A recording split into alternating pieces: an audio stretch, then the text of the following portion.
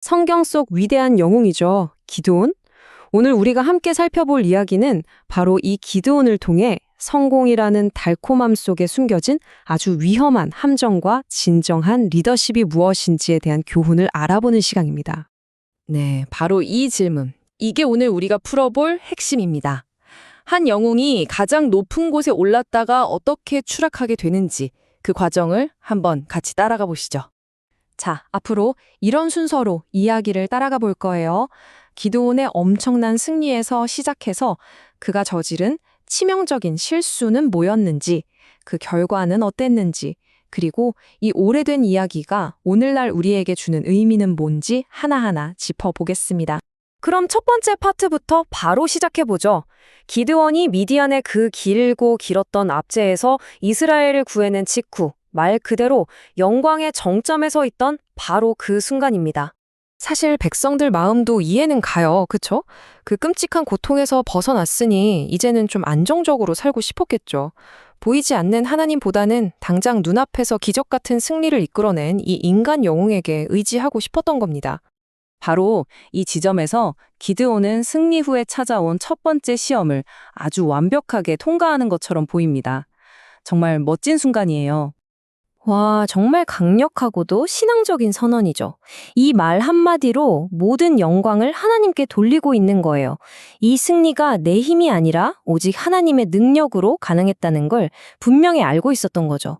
이것이야말로 정말 이상적인 리더의 모습 아니겠어요?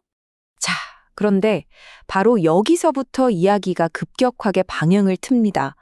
아주 미묘하고 사소해 보이는 타협 하나가 어떻게 한 사람의 인생을 그리고 한 민족의 역사를 무너뜨리는지 지금부터 잘 보셔야 합니다. 뭔가 좀 이상하죠? 방금 전 나라 전체를 다스릴 왕의 자리는 거절했던 사람이 이제는 그 전쟁에서 얻은 보물을 달라고 합니다. 바로 여기서부터 아주 작은 균열이 보이기 시작하는 거예요. 백성들이 기쁘게 모아준 금의 무게가 무려 1700세계. 이게 어느 정도냐면 지금 가치로 환산하면 수십억 원에 달하는 어마어마한 양입니다. 이 막대한 황금이 이제 기드온의 새로운 관심사가 되어버린 거죠. 자, 그럼 여기서 에봇이 대체 뭔지 정확히 알아야 해요. 이건 원래 이스라엘의 대제사장만이, 그것도 성막이라는 아주 거룩한 장소 안에서만 입을 수 있는 특별한 옷이거든요. 하나님의 뜻을 물을 때 사용하던 신성한 도구였죠. 이걸 기드온이 개인적으로 만든다는 것 자체가 이미 명백하게 선을 넘는 행위였던 겁니다. 이 행동은 굉장히 심각한 문제를 낳아요. 당시 하나님께서 지정하신 유일한 공식 예배 장소는 실로라는 곳이었거든요.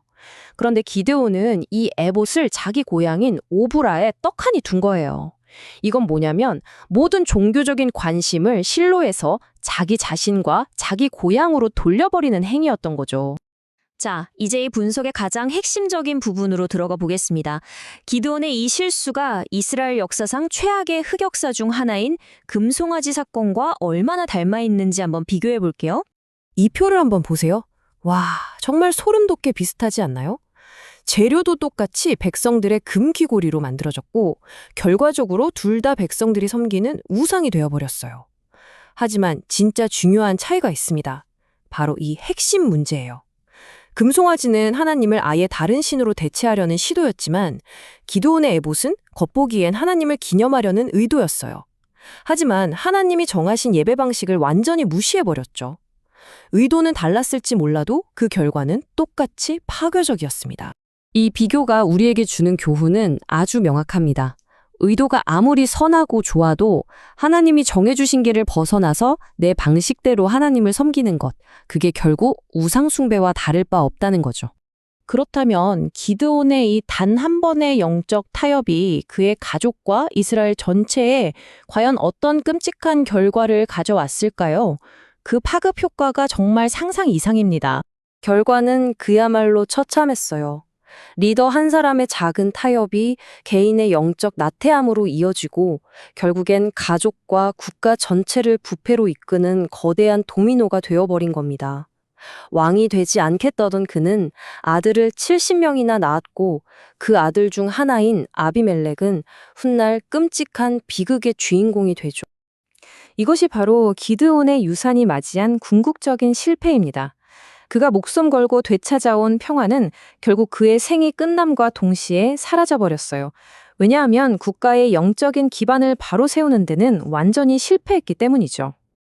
자, 그럼 이 수천 년 전의 이야기가 21세기를 살아가는 우리에게는 어떤 의미가 있을까요? 이 이야기가 던지는 메시지를 한번 들어보시죠. 기드온의 이야기는 우상 숭배에 이르는 길이 얼마나 간단하고 또 소름 끼치도록 명확한지 보여줍니다. 보세요.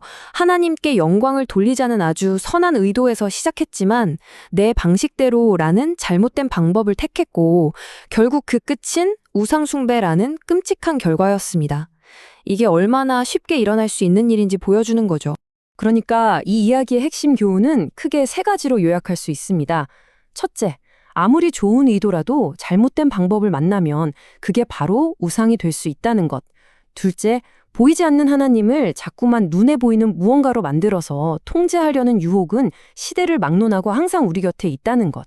그리고 마지막으로 리더의 아주 작은 사적인 균열이 공동체 전체를 무너뜨릴 수 있다는 무서운 경고입니다. 네, 이것이 바로 기드온의 비극적인 삶 전체를 관통하는 핵심 메시지입니다. 어쩌면 우리 인생에서 진짜 시험은 어려운 싸움에서 이기는 게 아니라 그 승리 이후에 찾아오는 성공과 영광을 어떻게 다루느냐에 있는지도 모르겠습니다. 마지막으로 이 질문을 스스로에게 한번 던져보셨으면 합니다. 내 삶에서 하나님을 위한다는 명분으로 세워뒀지만 사실은 나를 올가매고 있는 황금 에봇은 없는지 말이죠. 이 고대의 이야기가 오늘 여러분의 삶을 비추는 거울이 되기를 바랍니다.